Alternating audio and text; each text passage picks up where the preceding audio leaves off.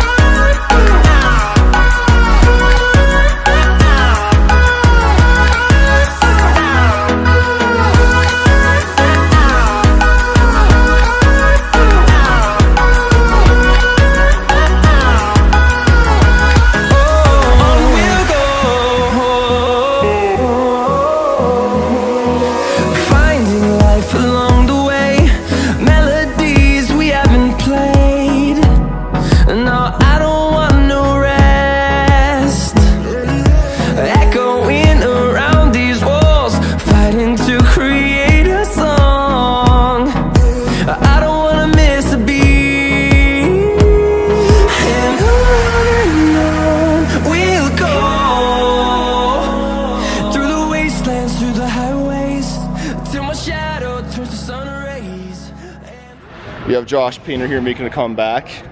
So Josh is on a cut. I'm finishing up the ass end of my cut. I feel like shit because I just how the end of the cut is, but he's going to try out this Staunch Koala Freak. Are you going to dry scoop that because you have? Yeah, so normally I don't recommend dry scooping, but it's not great for, you know, actually getting it. As long as he drinks enough water after it, which is he should drink the whole 16 ounces. Okay, to the dome.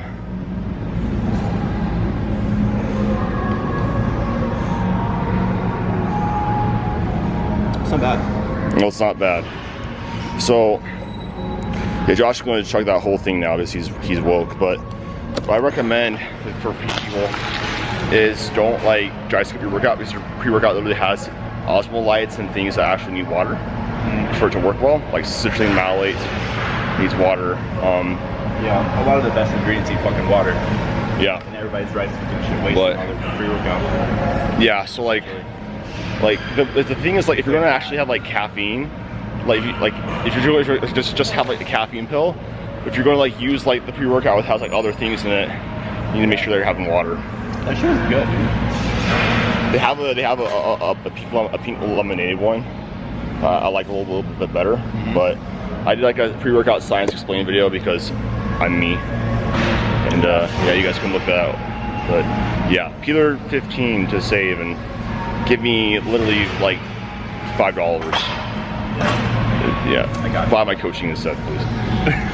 So Josh has squats and bench today. I just have bench. This is my 4th time benching this week. I'm going to do accessories. I'm going to help him out with a little bit with his rack position on his back. Josh uses the Talon grip too, like me, which is basically where you put that pinky underneath the barbell. For people that have bad shoulder external rotation, it's key. It's key. But yeah, it changed my life. But Josh and I were talking about, Josh is coming up on a diet break. Tell me about how you're feeling. You're down from 240 to like 217, right? Yeah. No, it's been a grind. Haven't had to change calories at all.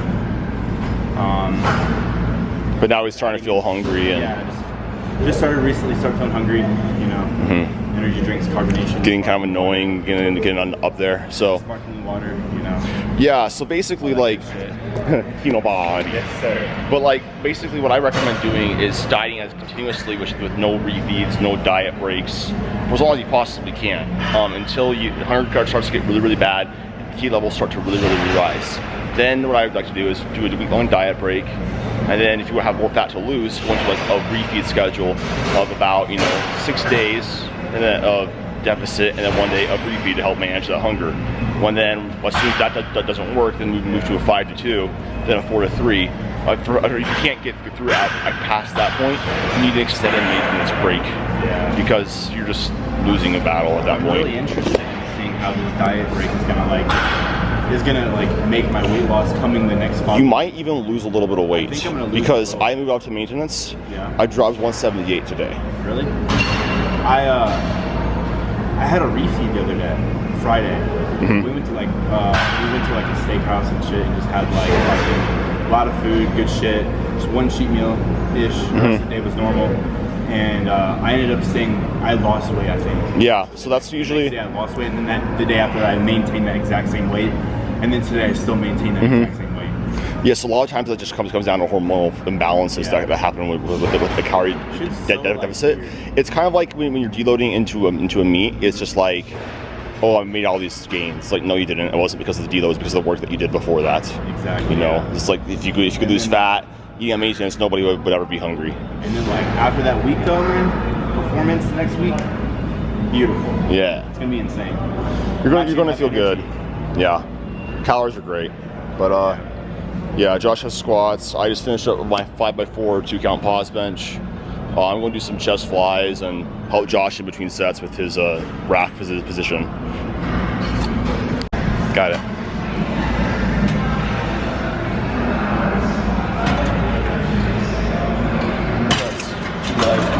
You what? Too wide? Too light. Oh, too light. So something that keep it rolling. Every machine has a different force curve. So like this is why like you should probably use more or less like the same machines. They all feel different. Like they're all different. So like if you do a strength program, try like the same ones. Yeah. Excuse me.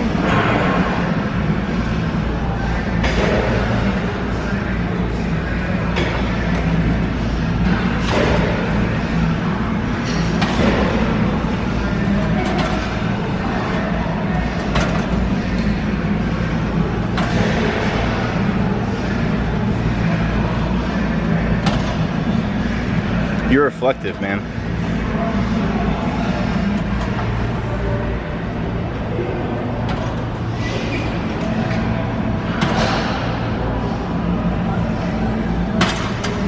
RP7. Yeah. You're pale. Yeah, I know. Damn. Big bobsled.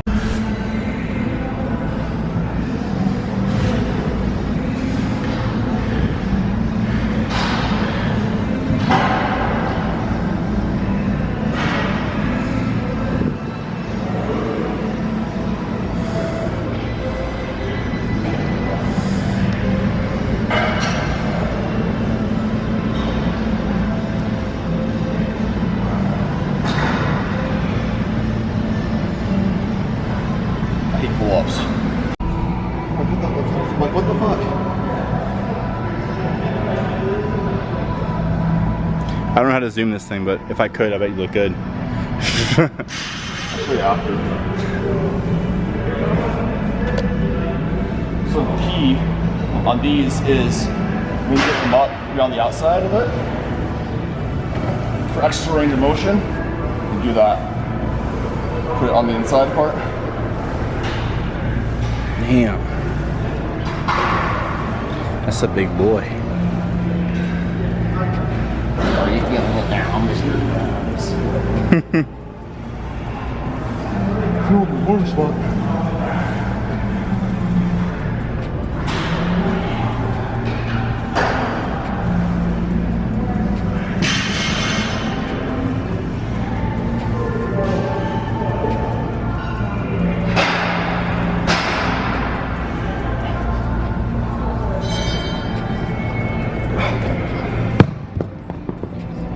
You're pale.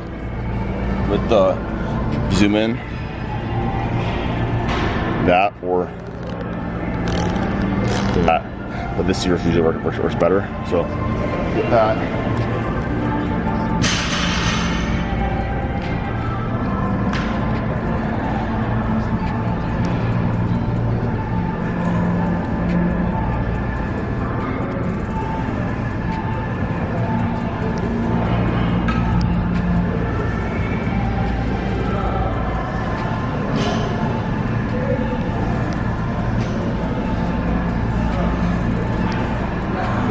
OnlyFans in the link in the description.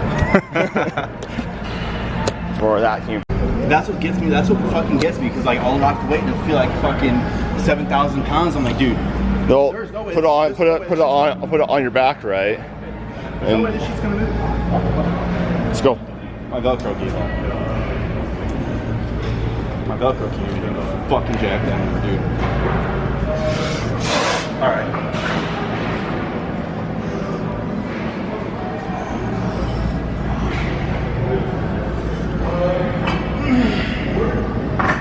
Find that groove. Good. Yep, right there.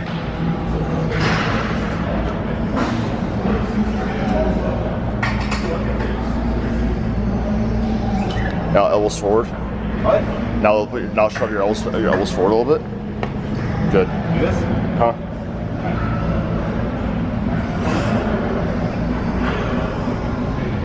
Good. Good. Much better.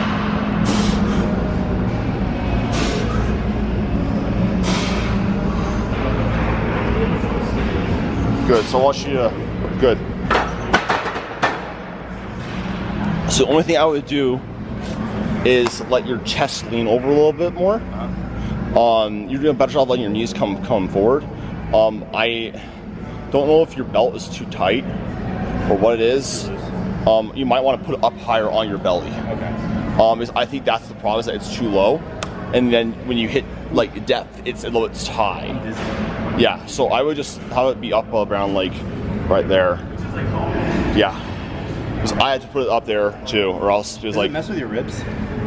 My ribs are right here, so it's like right below my ribs. Yeah, that's right. For guys like us who have these really long legs, these short ass torsos, yeah, we have to have it like that. Okay. You can't be like a Russell Orhe, have your belt lower. Yeah, I got you. So yeah. I'm gonna go sleep now. Okay. So you're motherfucking set. Hey, who showed up? Huh? Look who showed up. Hey Josh, how long did it take for him to come here? About 45 minutes. 45 minutes? About 45 minutes. Nothing crazy. What's up, man? What a handsome man. Surely he can't bench press 365 pounds, but handsome. Surely not. That shit came back fast. Sort of. Yeah, sort of. It's like, I don't know. I think I need to be in better conditions though. Because the past like 2 weeks I've been kind of like sloppy. Yeah, I feel you. When I was deployed, I got up to 240. I was bench pressing 315 for like set to 10. And okay, so I want you to do that same thing with the shoulder depression prior to unracking. yeah. And then unrack it. And then once you get in that position, elbows forward, let your torso lean, and knees come forward. So elbows under or Under, out? under, Like under. this or like this? So when you're going under, when you're setting up, on your elbows, you're going to do that depression thing, where they're down like this. Yep. And then once they get down, and you're in rack, you do it even more, just lock that into position. Underneath the bar, not. Okay, So more underneath the bar. Okay. And then knees forward, and then feel your midfoot. So. Right there. Yep. Good. And then more torso lean, you said? It's hard with the belt. Lean as much as you need to hit depth, and keep the weight over the midfoot. It's just hard with the belt to get that. Got to get used to it. Yeah. I can't do it beltless, you know. Fucking get under the weight.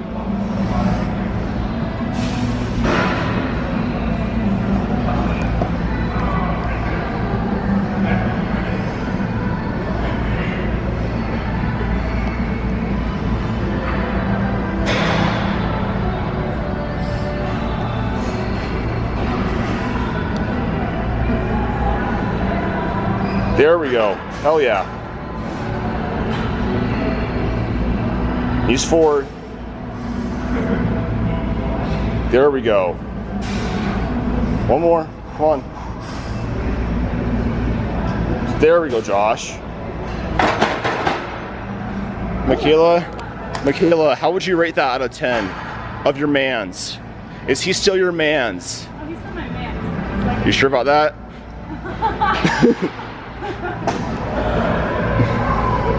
That would look a lot better, dude. Yeah, felt better. Felt a lot better. I'm damn good at my job. I turned it back on. Cool.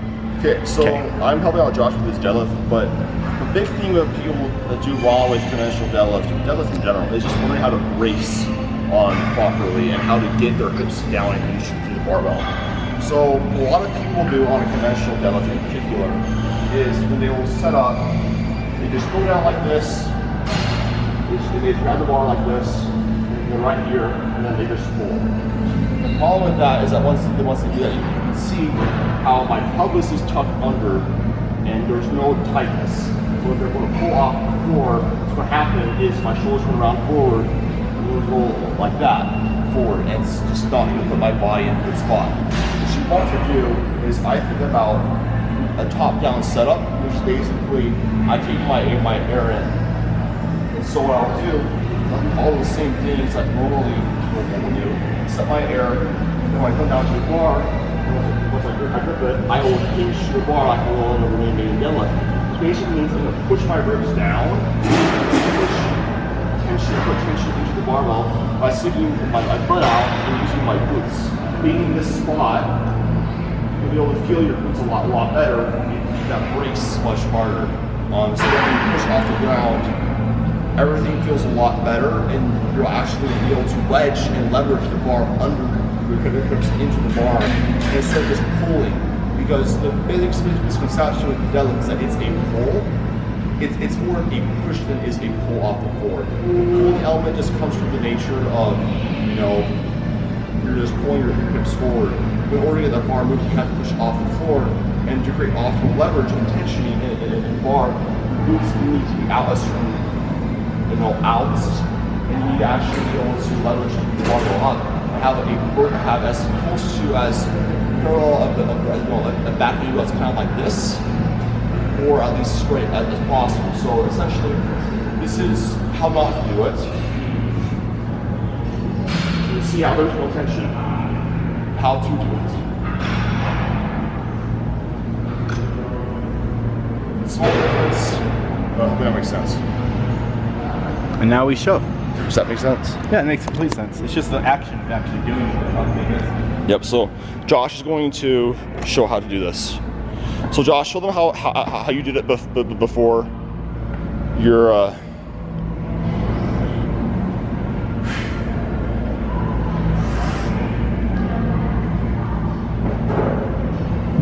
Is that right or wrong? I want you to think about pushing your hips down a little bit more and those ribs down a little bit more. No, not like that. So like, what you want, I want you to maintain that, yep, there we go. So what I'm telling Josh to do with this to really help out is maintaining the distance between the ribs and your hips that you would have when you're standing. So remember how that feels when you go down. I want you to maintain that. Okay. So let's see.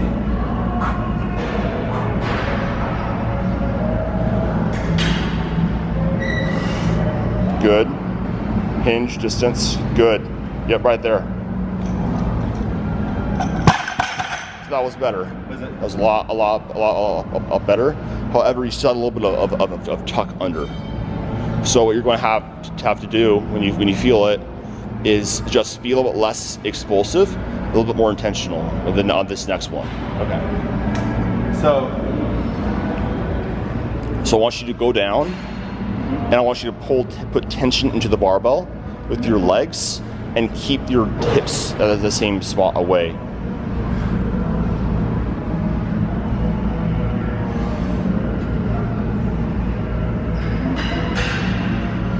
Yep. Yep. Is that better? That was better. Okay. I think that for your torso angle, so Josh has longer legs compared to his torso, like me.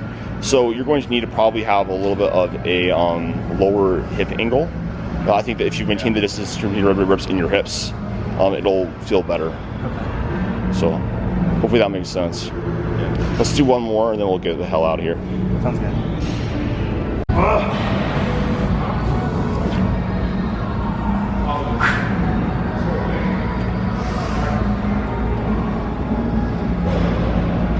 Good. Now hips down. Good. Tension. Yep. Hips down. Tension. The bar. And then push. There we go. How did that feel? Pretty good. A little lightheaded. You think I'm gonna die? Actually. Yeah, you've been doing lots of. He's on your freaking SBD day. I say we get out of here. Let's do it.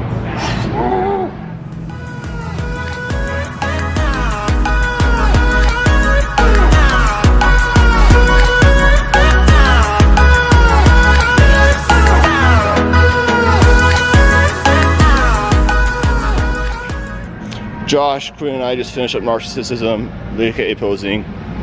Josh, how was your rate today's workout? 3 out of 10. 3 out of 10. I'm tired and I'm fat. Tired, fat, tired. Yeah, it'd be like that. Mine was like a solid 5 out of 10. I was supposed to take a rest day today, but said I want to lift weights. So I came in and lifted weights, and you know it was like. But looks like a disciple from Jesus or whatever you Mormons call it. an angel. Shredded Mormon, dude. Shred pioneer. Yeah. Shredded by hand carts.